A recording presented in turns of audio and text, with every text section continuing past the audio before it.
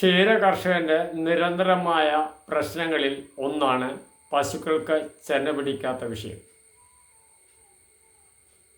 ഞാൻ അസീസ് കങ്ങട, പെല്ലറ്റ് രഹിത പശു വളർത്തൽ അറിവുകൾ എന്ന യൂട്യൂബ് ചാനലിലേക്ക് നിങ്ങൾക്ക് ഏവർക്കും സ്വാഗതം.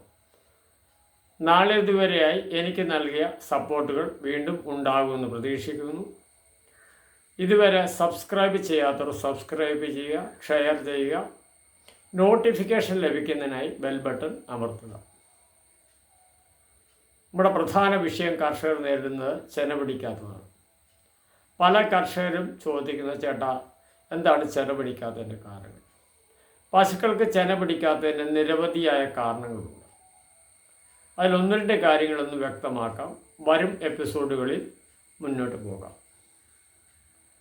സാധാരണഗതിയിൽ ഒരു പശു അല്ലെ പശു കിടാരിയായി 18-19 മാസങ്ങളിൽ യൂട്രസിന് വലിപ്പമുണ്ടോ എന്ന് നോക്കിയവരല്ലയോ ഡോക്ടറെ കൊണ്ട് നോക്കിയതിന് ശേഷം കുത്തിവെപ്പിച്ചു എന്ന് വിചാരിക്കാം. അത് 9 മാസം 9 ദിവസമോ 300 ദിവസത്തിനുള്ളിലോ പ്രസവിക്കും. ആ പ്രസവിച്ച് കഴിയുമ്പോൾ സാധാരണഗതിയിൽ മറുപിള്ള അല്ലെങ്കിൽ പ്ലാസൻ്റ നോർമൽ കണ്ടീഷനിൽ പോകേണ്ടതാണ്. ചില പ്രത്യേക സാഹചര്യത്തിൽ പോകാതെ വരും. അപ്പോൾ ക്ഷീര കർഷകർ വേവലാതിപ്പെടുന്ന കണ്ടുവരുന്നുണ്ട്. യഥാർത്ഥ ഭാഷയിൽ പറഞ്ഞാൽ ഇത് പ്രകൃതിദത്തമായി പോരേണ്ടതാണ്. പോരാതെ വരുന്ന സാഹചര്യത്തിൽ ചിലർ എല്ലയോ ഡോക്ടർമാരെ വിളിച്ച് കൈയിട്ടെടുപ്പിക്കാറുണ്ട്. ഇങ്ങനെ എടുക്കുമ്പോൾ അവർ ഒരു ഗുളികയെ നിക്ഷേപിക്കാറുണ്ട്. ഇത് നിക്ഷേപിക്കുന്നതിൻ്റെ കാരണം ഈ പ്ലാസൻ്റ അല്ലെങ്കിൽ മറുവുള്ള ഇടക്പീസുകൾ കഷ്ണങ്ങൾ അതിനകത്ത് ഓട്ടോമാറ്റിക്കായിട്ട് ഉണ്ടാവും. അതായത് പ്രകൃതിദത്ത പോരുവാണെങ്കിൽ ലളിതമായ ഒരു കർഷകൻ്റെ ഭാഷയിൽ പറഞ്ഞ് ഇത് ഡോക്ടർ ഭാഷയല്ല, ഒരു ചൂണ്ടയുടെ കൊടുത്തുവിട്ട് ഗർഭാശയ ഭിത്തികളിൽ പിടിപ്പിച്ച് വെച്ചിരിക്കുന്നു വിചാരിക്കാം. അത് പതിയെ ഊരിപ്പോരുവാണിത്. നേരെ തിരിച്ച് നമ്മൾ ഒരു മനുഷ്യനോ എടുത്തു കഴിയുമ്പോൾ കുറേ പീസുകൾ അതിനകത്ത് കിടക്കാം. അങ്ങനെ പീസുകൾ കിടന്നു കഴിഞ്ഞാൽ ഇത് ഇൻഫെക്ഷൻ ഉണ്ടാകാനുള്ള സാധ്യതയുണ്ടോ? ഈ ഇൻഫെക്ഷൻ്റെ സാധ്യതയ്ക്ക് വേണ്ടിയാണ് ഡോക്ടർമാർ ഈ ഗുളിക നിഷേധിക്കുക, ഉണ്ടാകാതിരിക്കാൻ. ഇങ്ങനെ വാങ്ങിയൊരു പശുവാണെന്ന് ആദ്യം വിചാരിക്കാം. നിങ്ങൾ മറ്റൊരാട് വാങ്ങിയാണ് നിങ്ങൾ പറയുന്നില്ല, ഞാൻ പറയുന്നില്ല. അത് കച്ചവടക്കാരാണ്, അവർ ചിലപ്പോൾ എടുപ്പിച്ചെന്നിരിക്കും, അതൊക്കെ പെട്ടതാണ്. എന്നാൽ വീണ്ടും പറയുന്നു, ഇങ്ങനെ എടുക്കണ്ട, സാധാരണഗതി 2, 3, 4, 5 ദിവസം കൊണ്ട് പോകാം, അങ്ങനെ പോകുന്നതാണ് നല്ലത്. എന്നാൽ എടുക്കേണ്ട സാഹചര്യം ഇത് പശുവിന് പനി ഉണ്ടാവുക, അസഹനീയമായ നാറ്റം ഉണ്ടാവും, ഇങ്ങനെ ചെയ്ത് നമുക്ക് എടുപ്പിക്കണം. ഇതാണ് വസ്തുതാപരം, അല്ലെ തനിയെ പോക്കുള്ളൂ. ഇനി അങ്ങനെ വന്ന കേസ് നമ്മൾ അറിഞ്ഞില്ല, നമ്മളതിനെ വാങ്ങി. സാധാരണഗതി പശുവിനെ എല്ലാവരും ഒരു 3 മാസം 4 മാസത്തിനിടെ കുത്തിവെക്കും. അങ്ങനെ കുത്തിവെക്കുമ്പോൾ ഈ പശുവാണ് നമ്മൾ അറിഞ്ഞിട്ടില്ലെങ്കിൽ നമ്മൾ കുത്തിവെക്കും. ഈ കുത്തിവെക്കുമ്പോൾ സംഭവിക്കുന്ന ഇതിൻ്റെ കുറേ വേസ്റ്റുകളുണ്ടാവും. ആ വേസ്റ്റുകൾ നല്ല രീതിയിൽ അണുബാധ ഉണ്ടാവും. നമ്മൾ കുത്തിവെക്കുന്ന സമയം ലളിതമായ ഭാഷയിൽ പാവപ്പെട്ടവരാണ്. അതും ഇതുമായിട്ട് പിടിക്കാതെ ഒരു പ്രശ്നങ്ങളുണ്ടാവും. നമ്മൾ ഇങ്ങനെയുള്ള വിശ്വസനീയമല്ലാത്ത കേന്ദ്രങ്ങളിൽ നിന്നൊരു പശുവിനെ വാങ്ങിയാൽ നമ്മൾ ചെയ്യേണ്ടത്, ഈ പശുവിന് സാധാരണഗതി ഗർഭാവസ്ഥ കഴിഞ്ഞ് പ്രസവിച്ചു, സാധാരണ 56-60 ദിവസത്തിനുള്ളിൽ യൂട്രസിൻ്റെ അളവ് നോർമൽ കണ്ടീഷനാകും. ഈ യൂട്രസിൻ്റെ അളവ് നോർമൽ കണ്ടീഷൻ ആകുമ്പോഴാണ് സാധാരണ ഫസ്റ്റ് ഓവുലേഷൻ ചെനക്കോൾ കാണിക്കേണ്ടതാണ്. അന്ന് കാണിക്കാതെ വന്നാൽ നമ്മളത് ശ്രദ്ധിക്കണം. എന്തുകൊണ്ട് ഇത് കാണിക്കുന്നില്ല? പിന്നെ അടുത്ത ഒരു 18 തൊട്ട് 21 ദിവസമാണ് അടുത്ത പീരീഡ്. ഈ പീരീഡിലും എന്തുകൊണ്ട് ചെനക്കോൾ കാണിക്കുന്നില്ല നോക്കണം. ഇവിടെയാണ് നമ്മുടെ കർഷകൻ്റെ പ്രധാന പരാജയ കാരണം. ചെനക്കോള് ഒരു പശു പ്രസവിച്ച് 60 ദിവസം കഴിഞ്ഞ് തുടങ്ങേണ്ടതാണ്. ആ തുടങ്ങി അടുത്ത ഒരു മാസം അല്ലെ 40-35 ദിവസം 90-100 ദിവസം വരെ കുത്തിവെക്കണം. ഇങ്ങനെ കുത്തിവെക്കണമെങ്കിൽ കറക്റ്റ് ഓവുലേഷൻ അഴുക്ക് പോകുന്ന കാണണം. ഇങ്ങനെ കാണാതെ അഥവാ വന്നാൽ നമ്മൾ ആദ്യം ചെയ്യേണ്ടത് അതിന് ഡോക്ടറുമായി ബന്ധപ്പെട്ട് അതിനുള്ള ഗുളികകളുണ്ട്. അതിൻ്റെ പേര് ഞാൻ പറയുന്നത് ശരിയല്ല. അത് കൊടുത്തു കഴിഞ്ഞാൽ കണിശമായിട്ടും ശരിയായ രീതിയിൽ ഓവുലേഷൻ ഉണ്ടാവും. അങ്ങനെ ഉണ്ടാകുമ്പോൾ നമ്മൾ നോക്കേണ്ടത് 18 തൊട്ട് 20 ദിവസമുള്ള പീരീഡിൽ ഈ പശുവിന് 1 ദിവസമാണോ 2 ദിവസമാണോ 3 ദിവസമാണോ ഹീറ്റ് പോകുന്നത് നോക്കണം. ഈ ചെനക്കോട് കാണിക്കുന്നത് അതിലേറ്റവും കൊഴുത്ത ദ്രാവകം വരുന്ന 1-ാം ദിവസമോ 2-ാം ദിവസമോ 3-ാം ദിവസമോ ഏത് ദിവസമാണെന്ന് നിരീക്ഷിക്കണം. ഇങ്ങനെ നിരീക്ഷിച്ചതിന് ശേഷം ഒരു 90 ദിവസം അല്ലെ 100 ദിവസത്തിനിടയിൽ, അതായത് ഒരു 3-ാമതോ 2-ാമതോ ഹീറ്റ് കാണിക്കുന്ന സമയം, ആ സമയത്ത് കുത്തിവെക്കാൻ പറ്റിയ സമയം 1, 2, 3, 4 ദിവസമാണ് പോകുന്നത്. 2 ദിവസം പോകുന്നതാണ് ഏത് ദിവസമാണോ കൊഴുത്ത ദ്രാവകം കട്ടിയായി വരുന്ന സമയത്താണ് ശരിയായ അണ്ടവിസർജനം നടക്കുന്നത്.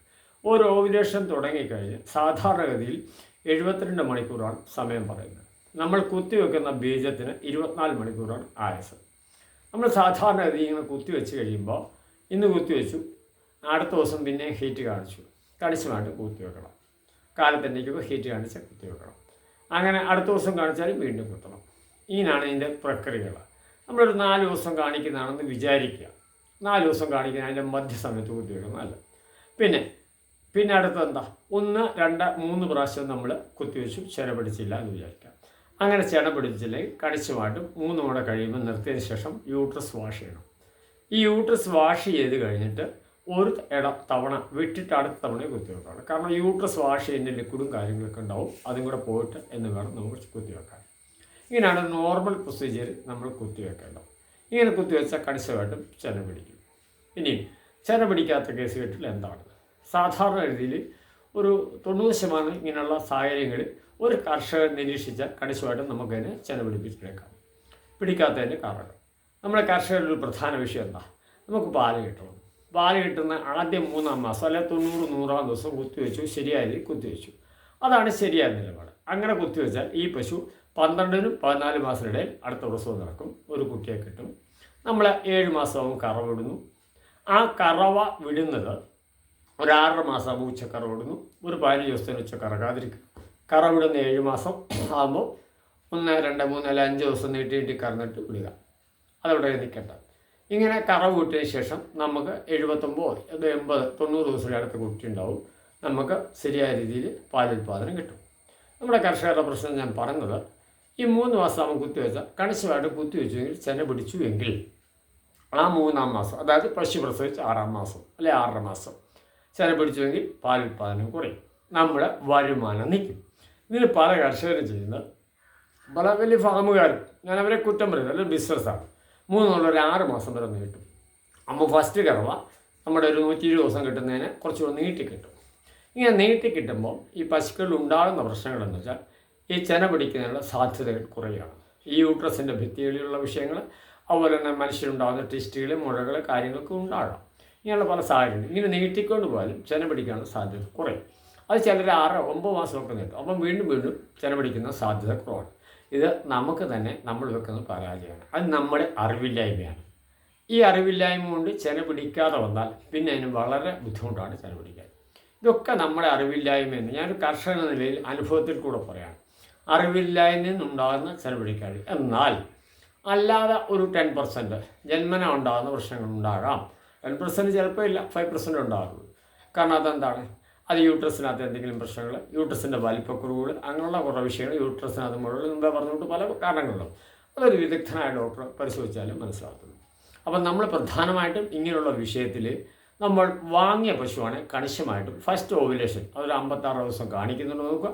ഇല്ലെങ്കിൽ മറ്റ് മരുന്നുകൾ ചെയ്ത് ഡോക്ടറുമായിട്ട് ബന്ധപ്പെട്ട് ചെയ്യുക. അങ്ങനെ ഫസ്റ്റ് ഓവുലേഷൻ കഴിഞ്ഞിട്ട് സെക്കൻഡ് ഓവുലേഷൻ തുടങ്ങുന്ന സമയത്ത് നമ്മൾ അതിന് കണിശമായിട്ട് യൂട്രസ് ഒന്ന് വാഷ് ചെയ്യണം. വാഷ് ചെയ്തിട്ട് ഒരു തവണ വിട്ടാൽ 90% ചെന പിടിക്കും.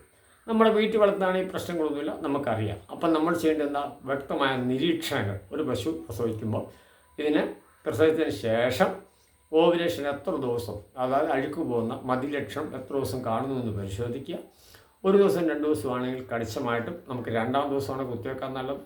കാരണം ഇതുപോലെ മറ്റ് നമ്മുടെ കർഷകരെല്ലാം നേരം വെളുത്ത് എണ്ണിച്ച് കൂട്ടി ചെല്ലുമ്പോഴാണ് ഈ അഴുക്ക് പോകുന്നത് കാണുന്നത്.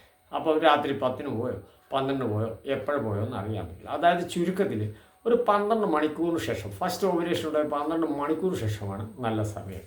അത് നമുക്ക് കൃത്യത കിട്ടാത്തതുകൊണ്ടാണ് ഞാൻ ഈ പറഞ്ഞത്. നമ്മൾ ആദ്യ സമയത്ത് തന്നെ ഒരു നിരീക്ഷണം നടത്തുകയും ആ നിരീക്ഷണത്തിൽ നമ്മൾ ഈ പശുവിന് എത്ര ദിവസമാണ് കാണിക്കുന്നതെന്നും അതിൽ കൊഴുത്ത ദ്രാവകം എപ്പോഴാണ് വരുന്നതെന്ന് കണ്ടെത്തുക. ആ കണ്ടെത്തിയതിന് ശേഷം ചെയ്യുക. പിന്നെ എനിക്ക് പറ്റിയതും പണ്ടുണ്ടായതും ഒരു കാര്യം പറയുന്നു. എനിക്കൊരു 21 മാസമായ ഒരു HF കിടാവ് ഉണ്ടായിരുന്നു, നല്ല വെളുത്തായിരുന്നു. അപ്പോൾ ഒരു പുതിയ LA വന്നു, ആൾ സർക്കാരാണ്, ഞാൻ കുറ്റം പറയൽ, ക്ലാസ്സൊക്കെ എടുത്ത് വന്നു, ഒറ്റക്കുത്ത് ചെന പിടിച്ചു. ഈ ചെന പിടിച്ചിട്ട് സംഭവിച്ചത് ഒരു 6 മാസം 10 ദിവസമായപ്പോൾ അബോഷനായിപ്പോയി. വീണ്ടും കാരണങ്ങളേക്ക് പിടിച്ചു. കാരണങ്ങൾ വന്ന് പശു വലിപ്പമൊക്കെ ഉണ്ട്, അതിൻ്റെ യൂട്രസ് വലിപ്പമായില്ല. ഇതിനാണ് ഞാൻ മുമ്പ് പറഞ്ഞത്, നമ്മുടെ ക്ഷീരകർഷകർ ഈ കണിഞ്ഞു കിടാക്കളെ കുത്തിവെക്കും കണിശമായിട്ട് വിദഗ്ധനായ ഡോക്ടറെ കൊണ്ടുവന്നിട്ട് അഴുക്ക് പോകാം 18 തൊട്ട് മാസം അല്ലെങ്കിൽ 8 മാസം തൊട്ട് പോകാം. അഴുക്ക് പോയാലും ഹീറ്റ് കാണിച്ചാലും വിദഗ്ധനായ ഡോക്ടറെ വിളിച്ചിട്ട് നോക്കിക്ക് ഇതിന് കുത്തിവെക്കാൻ പരുവായോ യൂട്രസ് പരുവാണ് നോക്കണം. അങ്ങനെ യൂട്രസ് പരുവാതെ കുത്തിവെച്ചാലും പല പ്രശ്നങ്ങൾ ഉണ്ടാകും. അതുപോലെ തന്നെ മറ്റൊരു വിഷയം ചില പശുക്കളിൽ കണ്ടുവരുന്നത്, കാരണം നമ്മൾ കർഷകരെല്ലാം ചില ചതികൾ നമ്മളിലുണ്ട്, ഞാനടക്കമുള്ളവരുണ്ട്. കുറേ പ്രശ്നങ്ങളുണ്ടായി അത് പറ്റാതെ വരുമ്പോൾ എല്ലാം ഡോക്ടർ കർഷക ഇനി ഇത് കൊടുത്താലെന്ന് പറയും. ഈ കൊടുക്കുന്ന അത് അടുത്തൊരു അത്താഴപ്പട്ടിണിക്കാരനായിരിക്കും എത്തുന്നത്. അത് ഏറ്റവും വലിയ ചതിയാണ്. ഇത് ആത്മാർത്ഥമുള്ള കർഷകൻ ചെയ്യാതിരിക്കാമെന്ന് എനിക്ക് പറയുന്നത്. ബിസിനസ്സുമാണെങ്കിലും മറ്റൊരുത്തൻ ഇത് വാങ്ങുമ്പോൾ അവൻ നമ്മളെ കൂട്ടാണെന്ന് ചിന്തിക്കണം. ഇതിങ്ങനെ ചിന്തിക്കുന്നവർ കുറവാണ്. അപ്പം വിഷയങ്ങളുണ്ടായാൽ അത് പരിഹരിച്ച് മുന്നോട്ട് പോകാം. അതിന് തുടക്കത്തിലെ നമ്മൾ ചില നിരീക്ഷണങ്ങൾ നടത്തണം. ഈ നിരീക്ഷണങ്ങൾ നടത്തിയാൽ ഈ വിഷയങ്ങൾക്കെല്ലാം പരിഹാരമുണ്ട്. ഒരു 10%, 5% സാധാരണ കേസ്. പിന്നെ നമ്മുടെ പ്രശ്നം എന്താ? വിദഗ്ധനായ ഡോക്ടറുടെ നിർദ്ദേശം കിട്ടുന്നില്ല. ഇങ്ങനെയുള്ള കുറേ വിഷയങ്ങളുണ്ട്. അത് ഈ മേഖലയുടെ ഒരു ശാപമാണ്. കാരണം അവരെ അല്ല, നമ്മുടെ ഇവിടുത്തെ ഡോക്ടർമാരുടെ വിന്യാസങ്ങൾ, അവർക്ക് ചെയ്യുന്ന ഭാരിച്ച ജോലികൾ, ഇതെല്ലാം അതിൻ്റെ ഭാഗങ്ങളാണ്, ഇല്ലെന്ന് ഞാൻ പറയുന്നില്ല. പിന്നെ നമ്മുടെ സെമൻ്റെ വിഷയങ്ങൾ, ഈ സെമൻ്റെ വിഷയങ്ങൾ പ്രത്യേകിച്ച് എടുത്തു പറയാം. ചെന പിടിക്കുന്നതിൻ്റെ കാതലായ ഒരു വിഷയമാണ്. സാധാരണഗതിയിൽ നമ്മുടെ ക്രയോക്യാനകത്ത് സെമൻ ഒരു 2 വർഷം ഒരു കുറ്റമില്ലാതിരിക്കാം. ക്രയോക്യാനകത്ത് നിന്ന് ഓപ്പൺ ചെയ്ത് അല്ലെങ്കിൽ ഇത് എടുത്തു കഴിഞ്ഞാൽ ഇവരുടെ ഭാഷ തോയിങ് എന്നാണ്. അത് ലളിതമായ ഭാഷയാണ് ഞാൻ പറഞ്ഞത്. എനിക്ക് അതിന് മറ്റു ഭാഷ ഉണ്ടോയെന്ന് അറിയില്ല. കാരണം ഇത് ഒരു സാധാരണ തിളപ്പിച്ചാൽ 27 ഡിഗ്രി സെൽഷ്യസ് എന്നൊക്കെയാണ് പറയുന്നത്. അവരൊരു സാധാരണഗതിയിൽ ഒരു കുഴലിനകത്ത് ഇട്ടുകൊണ്ട് വരുന്നു. ഈ കുഴലിനകത്ത് ഇട്ടുകൊണ്ട് വരുന്ന സമയത്ത് ഒരു 10 മണിക്ക് ഇറങ്ങിയെന്ന് വിചാരിക്കുക. ഒരു 3-4 കേസും കഴിഞ്ഞായിരിക്കും നമ്മൾ വീട്ടിൽ വരും. അപ്പോൾ അത് സംഭവിക്കുന്നത് എന്താ? ഈ സാധാരണഗതി ഈ സെമന് ഈ ക്രയോക്യാനകത്ത് കിടക്കുമ്പോൾ അതിന് ഒരു പ്രശ്നമില്ല, ഒരു ഉറങ്ങിക്കിടക്കാമെന്ന് വിശ്വസിക്കാം. അതിൽ നിന്ന് എടുത്തു ഇതിന് ജീവൻ വെച്ചു. ഒരു ചെറിയ ഓപ്പണിംഗ് മൂവ്മെൻ്റായി. ഈ മൂവ്മെൻ്റ് ആയിക്കഴിഞ്ഞ് എപ്പോഴാണോ അന്നെപ്പോൾ ഒരു 7-8 മിനിറ്റ് അതിൽ കൂടുതൽ താമസിക്കാതെ ക്രയോക്യാനകത്ത് നിന്ന് എടുത്ത് കുത്തിവെക്കുന്നതാണ് ശരിയായ രീതി. അല്ലെങ്കിൽ ഇതിൻ്റെ മൂവ്മെൻറ്റ്, ചലനങ്ങളുടെ ശക്തി കുറയാനുള്ള സാധ്യതയുണ്ട്. അതായത് ലളിതമായ ഭാഷയിൽ പറഞ്ഞാൽ ഒരു ഓട്ടോറിക്ഷ പോകുന്നോട്ട് പോകുന്നു, അല്ലെങ്കിൽ സ്പീഡ് വ്യത്യാസങ്ങളുണ്ടാകുന്നു. അതായത് സെമൻ നേർരേഖയിലാണ് സഞ്ചരിക്കുന്നത്. അതാണെങ്കിലും അതിൻ്റെ സ്പീഡ് മൂവ്മെൻറ്റ് കുറയും. ഇങ്ങനെ കുറയുന്ന സാഹചര്യത്തിലും അതിൻ്റെ സാധ്യതകൾ കുറയുന്ന വശങ്ങളുണ്ട്. അതുകൊണ്ട് കഴിവതും നമ്മളെല്ലാം ഡോക്ടറോട് പറഞ്ഞ് ചിലവല്ല നോക്കേണ്ടത്, നമ്മുടെ നഷ്ടങ്ങളാണ് നോക്കേണ്ടത്. നമ്മൾ ക്രയോക്യാൻ കൊണ്ടുവന്ന് കുത്തിവെക്കാനോ, നമുക്കിപ്പം മൃഗാശുപത്രി കൊണ്ടുപോയി പശുവിനെ കുത്തിവെക്കാൻ ഭാരിച്ച ചിലവാണ്. ആ ക്രയോക്യാൻ കൊണ്ടുവന്ന് കുത്തിവെച്ച് കഴിഞ്ഞാൽ ഈ പ്രശ്നങ്ങൾക്ക് കുറേ പരിഹാരങ്ങൾ ഉണ്ടാകും. ഈ ക്രയോക്യാൻ നിന്ന് എടുക്കുന്നു, അന്നപ്പം കുത്തിവെച്ചാൽ കുറച്ച് ഇതുണ്ടാകുന്നു. പല സ്ഥലങ്ങളിലും അത് കണ്ടുവരുന്നില്ല. പിന്നെ ഈ സമയവും കാലവും ഒക്കെ വ്യക്തമായി നോക്കുകയും ഈ ക്രയോക്യാൻ കൊണ്ടുവന്ന് കുത്തിവെക്കുകയും ചെയ്താൽ ഈ പ്രശ്നം ഉണ്ടാവില്ല. അതുപോലെ തന്നെ കുത്തിവെക്കുന്ന സെമനകത്ത് ചില പ്രശ്നങ്ങൾ ഉണ്ടാകും, ഇല്ലെന്ന് പറയുന്നില്ല. അത് ഓപ്പൺ ചെയ്തിട്ട് ഫുള്ള് കയറാതെ വരിക, അങ്ങനെയുള്ള വിഷയങ്ങളുണ്ട്. ഇത് സാധാരണഗതി അവരവിടെ നിന്ന് കൊണ്ടുവന്ന് കഴിഞ്ഞാൽ ഒരെണ്ണോട് ഇതിൻ്റെ മിസ്റ്റേക്ക് കൊണ്ട് പോയി, ആ വേളം പോയി, 21 ദിവസം പോയി, നമ്മുടെ അത്ര സമയനഷ്ടം ഉണ്ടാകുന്നു, ധനനഷ്ടം ഉണ്ടാകുന്നു. അതിന് ക്രയോക്യാൻ കൊണ്ടുവന്ന് വെച്ചു, ഒരെണ്ണം സംശയമുണ്ടോ, ഒരെണ്ണം കുത്തിവെക്കാം, അതിൻ്റെ പൈസ കൊടുത്താൽ മതിയല്ലോ. അപ്പോഴും നമുക്ക് സമയം ലാഭമാണ് വളരെ വലുത്. നമുക്കൊരു കുത്തിവെപ്പിന് ചെലവഴിക്കാം. പിന്നെ മറ്റൊരു പ്രധാന വിഷയം നമ്മളെ കർഷകർ നേരിടുന്നത്, ഈ ഡോക്ടർമാരെ ശനിയാഴ്ച പിന്നെ കിട്ടില്ല. അതൊരു പൊതു വിഷയമാണ്. അതിനുള്ള പരിഹാരം നമ്മൾ കാണേണ്ടത് എന്താ? ഒരു ഓവുലേഷൻ പീരീഡ് ഉണ്ടാകുമ്പോൾ ശ്രദ്ധിച്ച് നോട്ട് ചെയ്ത് നോക്കുക. എന്നിട്ട് അടുത്ത പീരീഡ് ശ്രദ്ധിക്കുക. ഒന്നിലധികം ഡോക്ടർമാരോ പ്രൈവറ്റ് ലൈമാരോ ആരെങ്കിലും സേവനം തരിക. അല്ല അവർ വരട്ടെ, തിങ്കളാഴ്ച ഉച്ചയ്ക്ക് വന്നാൽ നമ്മുടെ കാര്യം കഴിയുമോ. അതുകൊണ്ട് നമ്മുടെ കർഷകർ ഒന്നിലധികം LIമാരോ അങ്ങനെയുള്ളവരുടെ നമ്പറുകൾ സേവ് ചെയ്ത് വെച്ചാൽ മാത്രമേ നമ്മുടെ പ്രശ്നങ്ങൾ പരിഹരിക്കൂ. ആവശ്യം നമ്മുടെയല്ലേ. ഇവർ വന്നിട്ട് നടക്കാമെന്ന് വിചാരിക്കും, നമ്മുടെ സമയനഷ്ടം, ചിലപ്പം അതുകൊണ്ട് ഒത്തിരി നഷ്ടങ്ങളുണ്ടാകാം. അതുകൊണ്ട് അങ്ങനെയുള്ള കാര്യങ്ങൾ ശ്രദ്ധിച്ചാൽ ഈ ചെന പിടിക്കുന്ന വിഷയങ്ങൾക്ക് ഒരു വിധം പരിഹാരമാവും. ഇനി മറ്റു കുറേ കാരണങ്ങളും വിഷയങ്ങളുണ്ട്, നമുക്കത് വരും എപ്പിസോഡിൽ ചർച്ച ചെയ്യാം. അതുപോലെ തന്നെ നിരവധിയായ നമ്മുടെ ക്ഷീരമേഖല നിരന്തരമായി നേരിടുന്ന കുറേ പ്രശ്നങ്ങളുണ്ട്. ഉദ്ദേശം 5 വർഷം കൊണ്ടെല്ലാം നിന്നു പോകും. അതാണ് ഇവിടുത്തെ വസ്തുതകൾ. സർക്കാർ തലത്തിലുള്ള അപാകതകൾ, സർക്കാർ ഇറക്കിയ ഓർഡറുകൾ, അത് നടപ്പാക്കാത്തത്, അതിന് ഉത്തരവാദി നമ്മളാണ്, കർഷകരാണ്. നമ്മളതിന് മുന്നോട്ട് ഇറങ്ങണം. നമ്മൾ ഇറങ്ങുന്നില്ല. ഈ ഉദ്യോഗസ്ഥവർക്കുള്ള ജീവിതത്തിൽ അവർക്ക് ശമ്പളം മാത്രം മതി, അല്ല നോ കമ്മിറ്റ്മെൻറ്റ്. അതുകൊണ്ട് നമ്മൾ ചെയ്യേണ്ട കാര്യങ്ങൾ ഇതെങ്ങനെ മുന്നോട്ട് പോകാം. അതുപോലെ തന്നെ മിൽമ നമ്മളെ പറ്റിക്കുന്നു. അതായത് ലളിതമായ ഭാഷയിൽ 38 രൂപ തൊട്ട് 44 രൂപ കേരളത്തിലെ ആവറേജ് കർഷകർ കിട്ടും. ഇത് മിൽമയുടെ പ്ലാന്റുകളിൽ എത്തുമ്പോൾ ഉദ്ദേശം 48-49 രൂപ വിലയാകും. ഇവരിത് വിറ്റ് ഇവർക്ക് 70 രൂപ ലാഭ്യതയുണ്ട്. ഇവർ AC-ക്കകത്ത് സൂചിച്ചിരിക്കുക, നമ്മൾ ചാണകവാരികൾക്കൊന്നുമില്ല. അതിനുള്ള പരിഹാരങ്ങൾ നമുക്ക് എങ്ങനെ മുന്നോട്ട് പോകും, ഇതെല്ലാം വിശദമായ കാര്യങ്ങൾ ഓരോ വരും എപ്പിസോഡുകളിൽ പറയാം. പിന്നെ പ്രത്യേകം പറയാനുള്ളത്, നിങ്ങൾക്ക് എന്തെങ്കിലും സംശയങ്ങളുണ്ടെങ്കിൽ കണിശമായിട്ടും എൻ്റെ വാട്സപ്പ് നമ്പറായ 9388005756 വിശദമായി വാട്സപ്പ് ചെയ്താൽ കണിശമായിട്ടും നമുക്ക് വരും എപ്പിസോഡുകളിൽ ചേർക്കാം. ഏത് വിമർശനങ്ങളും വിമർശനങ്ങളെല്ലാം ഞാൻ സന്തോഷപൂർവ്വം സ്വീകരിക്കുന്നതാണ്. വാട്സപ്പിൽ ഈ യൂട്യൂബിൽ കമൻ്റ് ഇടാം, അതും നമ്മൾ പരിഹരിക്കാം. സംശയങ്ങൾ ചോദിക്കാം. പ്രത്യേകിച്ച് എനിക്ക് പറയാനുള്ളത്, ഞാൻ ക്ഷീരകർഷകനാണ്, നിങ്ങളെക്കൊണ്ട് സമയപരിമിതികളുണ്ട്. അതുകൊണ്ട് പരമാവധി വാട്സപ്പിൽ വോയിസ് ഇടുമ്പോൾ അല്ല എഴുതിയിടുമ്പോൾ വിശദമായ കാര്യങ്ങൾ എഴുതുക. എന്നാൽ അറിയുന്ന സഹായം ചെയ്യുന്നതിന് സന്തോഷമേ ഉള്ളൂ. വരും എപ്പിസോഡുകളിൽ കാണാം. വീണ്ടും നന്ദി, നമസ്കാരം.